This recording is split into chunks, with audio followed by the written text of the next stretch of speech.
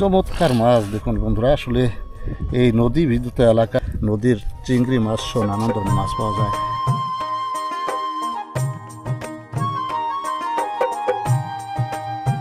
প্রতিদিন কত মন দুধ ওঠে? প্রায় 1000 মন দুধ ওঠে আর কি। 1000 মন? 1000 মন। গোপালপুর বাজারটা দুধের জন্য বিখ্যাত। হ্যাঁ।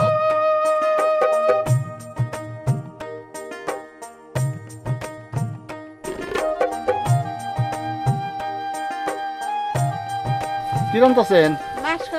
মাসকলাই ডাল। কি এগুলো ক্ষেতের? বাহ বাহ, ফাইন। সকালকার খাবার?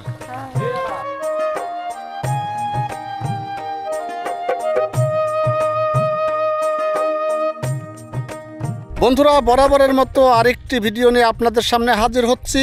আজকে আমি চলে এসেছি মানিকগঞ্জ জেলার সাটুরিয়া থানার গোপালপুর গ্রামে। এই গ্রামটি প্রত্যন্ত অঞ্চলে একটি গ্রাম, আর আমার পিছনেই দেখতে পাচ্ছেন এই নদী। এই নদীর ওপারে সেই গ্রামগুলো, আর এই গ্রাম কিন্তু দুধের জন্য বিখ্যাত গ্রাম। এই গ্রামের প্রতিটি মানুষই কিন্তু গরু পালন লালন করে থাকে, আর সেই গরুর দুধ বিক্রি করেন গোপালপুর বাজার।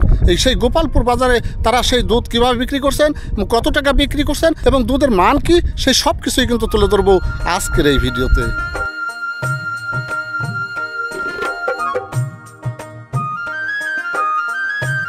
মানিকগঞ্জের বুক ছিঁড়ে বয়ে যাওয়া এই আঁকাবাঁকা স্রোতেস্বিনী নদীর নাম ধলেশ্বরী।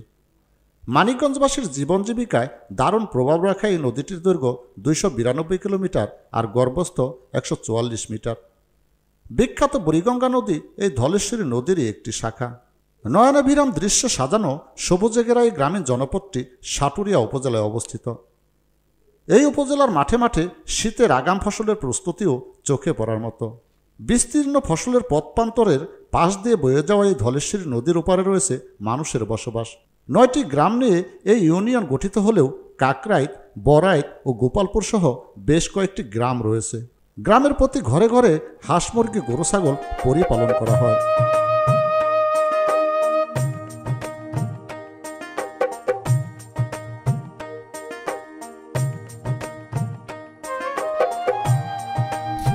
ভাই, এটা কি আপনার? নদীর মাছ। নদীর মাছ? কি মাছ? চিংড়ি মাছ। চিংড়ি মাছ? হ্যাঁ। এই নদীতে মারছেন? নদীতে মারছি। আচ্ছা, একটু দেখাবেন? দেখামো দেখলে। ও মাই গড, কই থেকে মারলেন এগুলো? এই ধলেশ্বরী নদী। নদীর চিংড়ি, চমৎকার চমৎকার মাছ দেখুন বন্ধুরা। আসলে এই নদী বিদ্যুৎ এলাকায়, নদীমাতৃক এলাকায়, নদীতে কিন্তু এই ধরনের নদীর চিংড়ি মাছ সহ নানান ধরনের মাছ পাওয়া যায়। এই যে ভাই কিন্তু চমৎকার ধরনের চিংড়ি মাছ। মানে কত কেজি হবে? 27 কেজি হবো। 7-8 কেজি। এই চিংড়ি মাছ এগুলো কত কেজি, কত টাকা কেজি বিক্রি করেন এই চিংড়ি? 1000-1200 টাকা। 1000-1200? এই রাত বেড়ে মারছেন? হ্যাঁ, রাত বেড়ে মারছেন।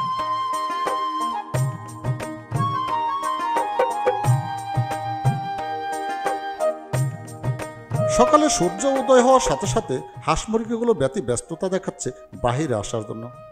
এসব হাঁস মুরগিগুলো সকালের খাবার বুঝে নিচ্ছে বাড়ির মালিকদের কাছ থেকে।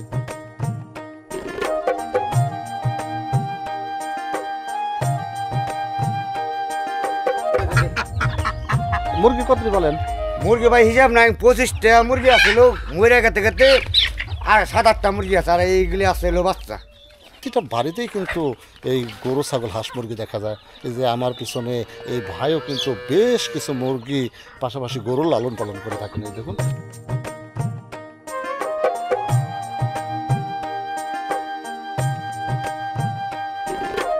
সাত সকালে গ্রামীণ বধূদের ঘরবাড়ি পরিষ্কার করে বাড়ির আঙ্গনায় জমিয়ে রাখা ধানের খড় খেতে দিতে হয় গবাদি পশুদের।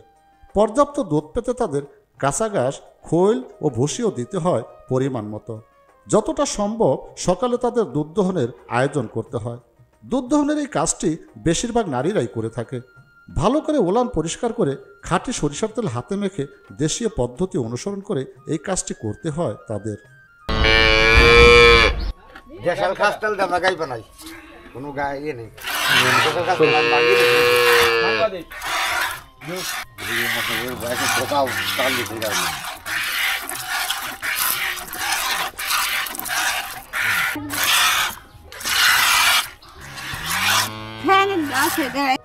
গরুর পাও বানছেন কি কারণে?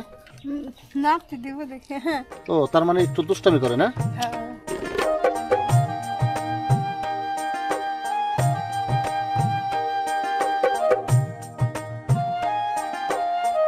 ভেড়ার তো অনেকগুলো বাচ্চা দেখা যাইতেছে। কয়টা বাচ্চা হয়েছে একটার? 5টা হয়েছে। 5টা? ও মাই গড, মাশাআল্লাহ মাশাআল্লাহ।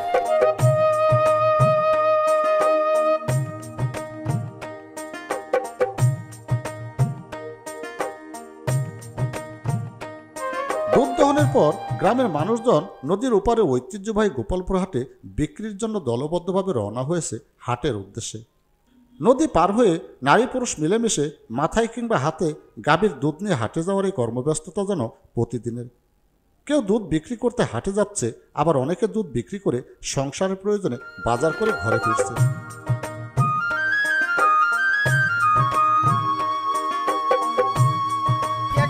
বন্ধুরা দেখুন, আমার পিছনে সেই গোপালপুর বাজারে কিন্তু যে দুধের কথা আমরা বলে আসছি, সেই দুধ কিন্তু এই চরে থেকে উৎপন্ন হয়। শত শত মানুষ তারা কিন্তু সারিবদ্ধভাবে এই দুধ কিন্তু সেই বাজার নিয়ে যাচ্ছে। আসলে প্রতিটা গ্রাম কিন্তু কিছু কিছু জিনিসের জন্য বিখ্যাত। এই গ্রাম বা এই চর বিদ্যুৎ এই গ্রামটা কিন্তু দুধের জন্য বিখ্যাত। দেখুন, নারী পুরুষ সকলে মিলেমিশেই কিন্তু তারা এভাবে দুধ নিয়ে সকালে বাজারে যান, আর সকালে সেই বাজারে দুধ বিক্রি করে কিন্তু তারা তাদের সংসারের চাহিদা বা যোগান মিটিয়ে থাকেন।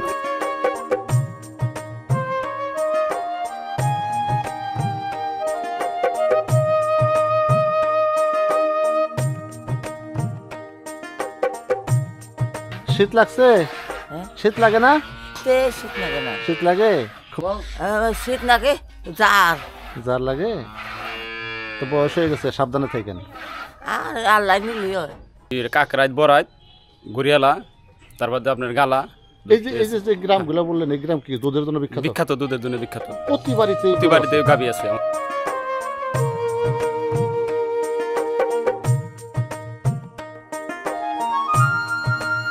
রাতের আধার পেরিয়ে কাক ডাকাবোর ফর্সা হইলে গ্রামীণ বধূরা সকালে নাস্তা তৈরি করার জন্য রান্না বান্না শুরু করেছে।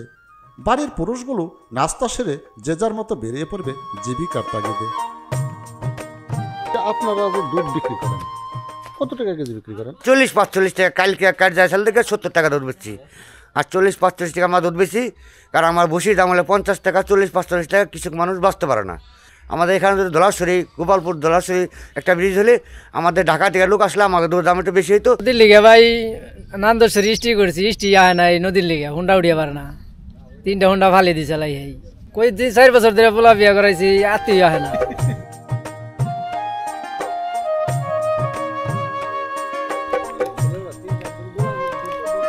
আব্বু, তুমি কোথায় থেকে আসলা? হ্যাঁ, দোকান থেকে। কি কিনছাও? কেক। কেক কিনছাও? এত সকালে বেরোইছো কে শীতের মধ্যে? শীত লাগে না? শীত লাগে না? এই বাজারের আশেপাশে যে 3-4টি গ্রাম রয়েছে, প্রতিটি গ্রামে কিন্তু প্রতিটি বাড়িতেই কিন্তু গরু পালন করা হয়, আর এই দুধ কিন্তু সেই গোপালপুরে বিক্রি করা হয়। আমরা তা একটু পরেই সেই গোপালপুরের বাজার ব্যবস্থাটি আপনার সামনে তুলে ধরব।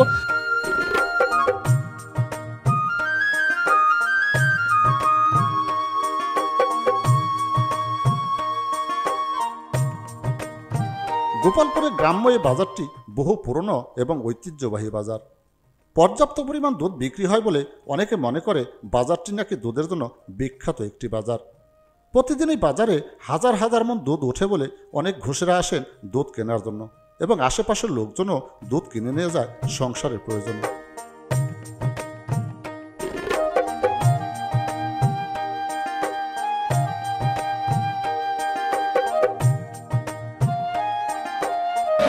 আপা, দুধ নিয়ে আসতেন?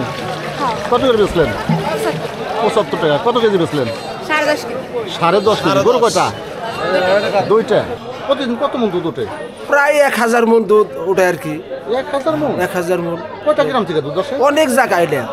ওই কাকরাইত, পয়লা, পাতলাপাড়া, তারপর রোহা, গোপালপুর, ওই ডোলট, ওই উত্তর ডোলট, ওই গালা, এগুলো সমস্ত দুধ এখানে আসে আর কি। তাহলে আপনাদের এই গোপালপুর বাজারটা দুধের জন্য বিখ্যাত? দুধের জন্য বিখ্যাত। হ্যাঁ, দুধের জন্য বিখ্যাত। দুধে আপনি নদীর পাড়ে গেলেন, ওই খেওয়া ঘাটে দেখবেন খালি খালি দুধই আসতেছে, খালি দুধই আসতেছে। ওই চরের মানুষগুলো? 2টা খেওয়া ঘাট আছে এখানে। ওই চরের মানুষ? হ্যাঁ, চরের মানুষ সব আসে এখানে।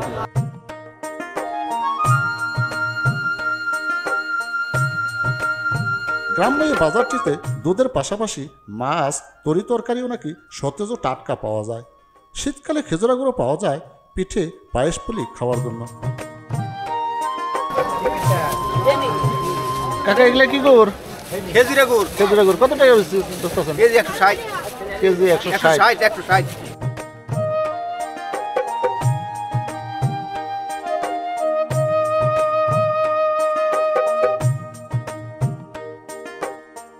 বন্ধুরা, গ্রামীণ জনপদে বসবাস করা মানুষের জীবন জীবিকা ও দুধের বাজার দেখানোর জন্য শীত সকালে হাজির হয়েছি এই গ্রাম্য জনপদে। আজকের মতো বিদায় নিচ্ছি, ভালো থাকার প্রত্যাশায়। আল্লাহ হাফেজ।